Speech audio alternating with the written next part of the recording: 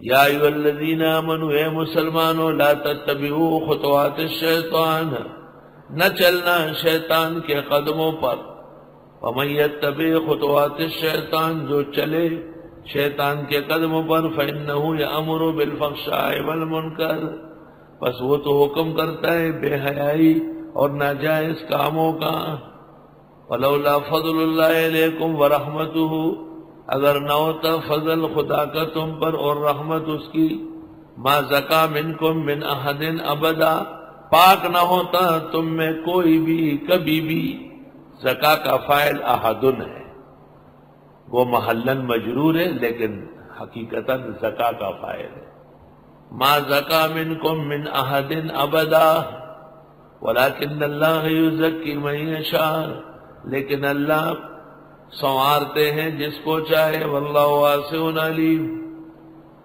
اس عفق کے واقعے میں بعض مخلص مسلمان مبتلا ہو گئے، ان میں حسان بن ثابت شاعر رسول اور مصطح بن اساسہ اور حمنہ بنت جہش۔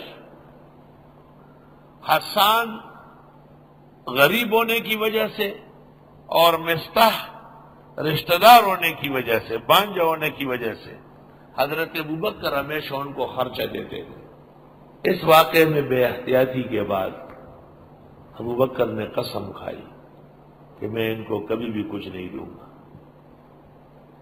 آخر پیغمبر کی عزت ناموس، ابوبکر کی بیٹی، ان پر ایسی بے احتیاطی کے کلمے لگائے۔ اللہ تعالیٰ نے واقعے کے نزول کے بعد جب ام المومنین کی اچھی طرح برأت ہو گئی، اللہ نے ان کی صفائی ستھرائی بیان کی، صداقت و عفت بیان ہوئی، مسلمانوں کو تنبیہ کی، تو حضرت ابوبکر کو بھی کہا کہ آپ بزرگ ہیں اور توفیق والے ہیں، یتیم مسکین کو نہ دینے کی قسم نہ کھائے، آپ انہیں معاف کر دیں، اللہ آپ کو معاف کر دے گا۔ وَلَا يَأْتَلِ، اور قسمیں نہ کھائیں، اولو الفضل منکم، بزرگ لوگ تم میں، والسعتی، اور کشائش والے مالداران، ان یؤتوا اولی القربی، کہ نہ دے رشتہ داروں کو، والمساکین، ناداروں کو، والمہاجرین فی سبیل اللہ، اور جو ہجرت کر چکے ہیں اللہ کی راہ میں، ولیعفوا، معاف کرے، ولیصفحوا، درگزر کرے، الا تحبون ان یغفر اللہ لکم، کیا تم پسند نہیں کرتے ہو کہ اللہ تمہیں بخش دے، واللہ غفور الرحیم۔ بات سنو، مصطح، حسان، حمنہ واقعتاً بے احتیاطی کر چکے ہیں، ان سے غلطی ہو گئی ہے، اور وہ بھی کہتے تھے ہاں اتنا ہمیں ہی معلوم ہے کہ فلاں آدمی کے ساتھ پیچھے رہ گئی تھی، اتنی دیر لگی تھی، جنگل گئی تھی، ساتھ آئی تھی، اس طرح باتیں کرنا۔ اچھی طرح بات سنو، لیکن سورت نازل ہونے کے بعد ان کے لیے معاف کرنے کا اپیل اللہ کر رہا ہے، اور ان کو تنبیہ ابوبکر نے کی، اور کرو، تو صحابہ پر واقعتاً جرم ثابت ہونے کے بعد ابوبکر کو تنقید کا حق نہیں، تو مودودی کون ہے تنقید کرنے والا؟ اور کیا کہا ابوبکر کو کہ ان کو معاف کرو، تم نہیں چاہتے ہو کہ اللہ تمہاری مغفرت کر دے۔ اگر صحابہ پر تنقید جاری رہی اور آدمی دنیا سے گزر گیا تو بغیر مغفرت کے گزرے گا۔ ہمارے علم میں نہیں ہے کہ خلافت و ملوکیت، احیاء تجدید دین اور رسائل و مسائل اور تفہیمات اور تفہیم القرآن کے بعض مقامات سے مولانا مودودی نے توبہ کی ہے، ہمارے علم میں نہیں، اس لیے جنازہ نصیب نہیں ہوا۔ یہاں ووٹنگ ہو رہی تھی، ضیاء الحق کے زمانے میں کوئی پروگرام تھا، امریکہ میں مر گئے، پہنچی وہیں پہ خاک جہاں کا خمیر تھا، 5 دن بعد لاش آئی پاکستان،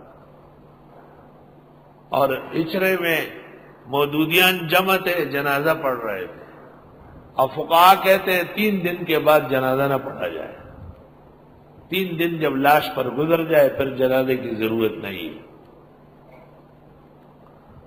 تو مودودیان جماعت صفحے بنائی کہ ہم جنازہ پڑھتے ہیں اس فارہ مفسوخہ اور منتفخہ کا، هذه الفارہ المفسوخہ المنتفخہ نصلی علیہا۔ اللہ اکبر، میاں توفیل صاحب پڑھا رہے شاباشی ڈیرہ جنازہ تا ہوگا مڑ پڑسیدلے سخاشوے منگک، مڑ سخاشوے پڑسیدلی منگک جنازہ ہوشا، دا جنازہ معتبر رہا، چونکہ عمر بر انبیاء و صحابہ کے خلاف قلم چلایا۔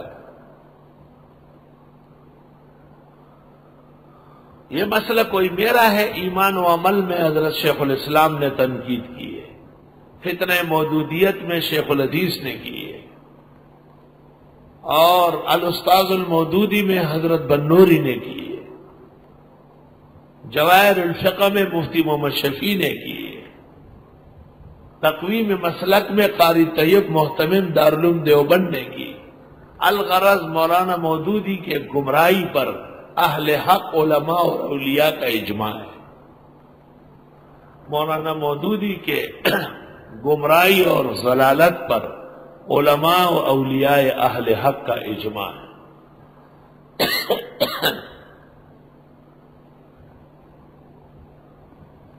الا تحبون ان یغفر اللہ لکم، آیا تم نہیں چاہتے کہ اللہ تمہاری بخشش کر لے؟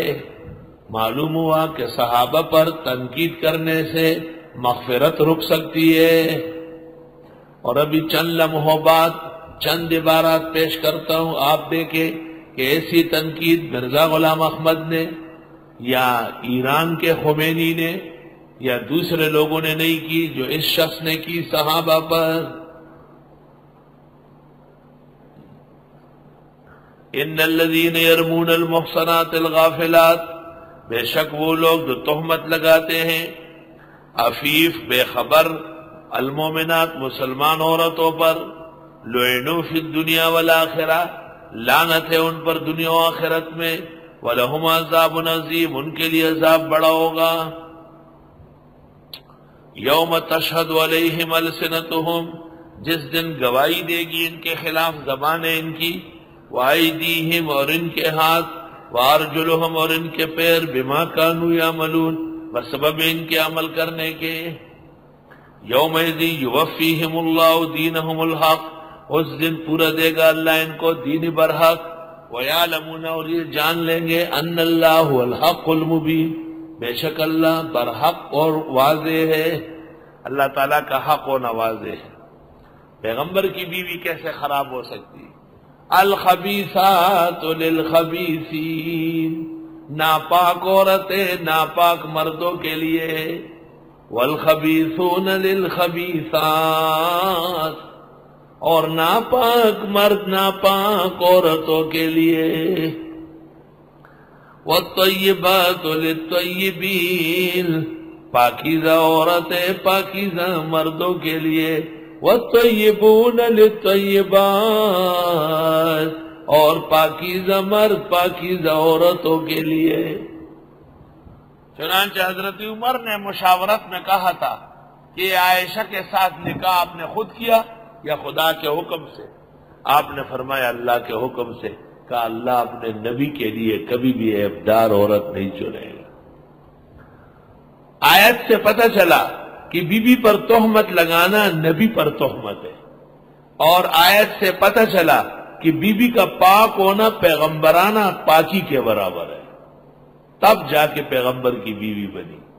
تو انبیاء علیہ السلام کی بیویوں کو زبان دراز کہنا جو مودودی صاحب نے لکھا ہے، یہ بھی بدتمیزی۔